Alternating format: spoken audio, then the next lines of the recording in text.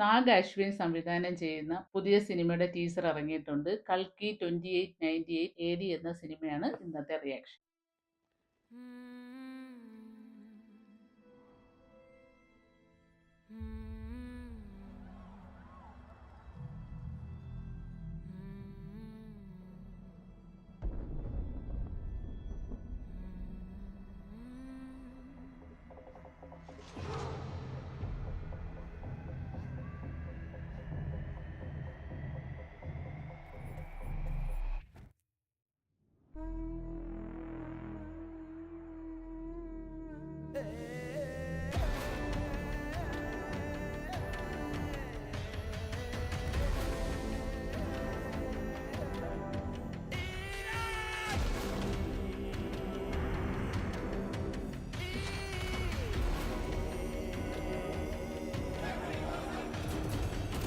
ഒക്കെയാണല്ലോ. What is Project K?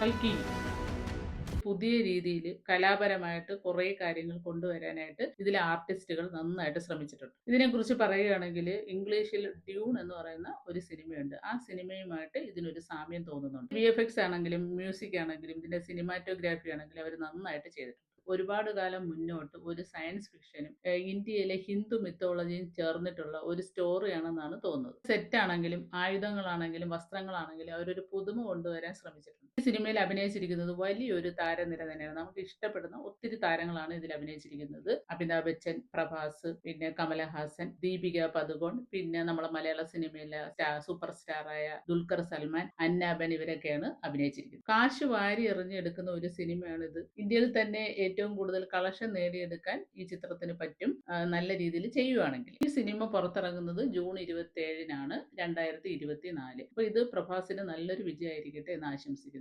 ബാഹുബലിയും അദ്ദേഹത്തിന്റെ നല്ലൊരു സിനിമയായിരുന്നു. മറ്റു വിശേഷങ്ങളുമായിട്ട് നമുക്ക് പുതിയൊരു വീഡിയോയിൽ വീണ്ടും കാണാം. അതുവരെക്കും ബൈ.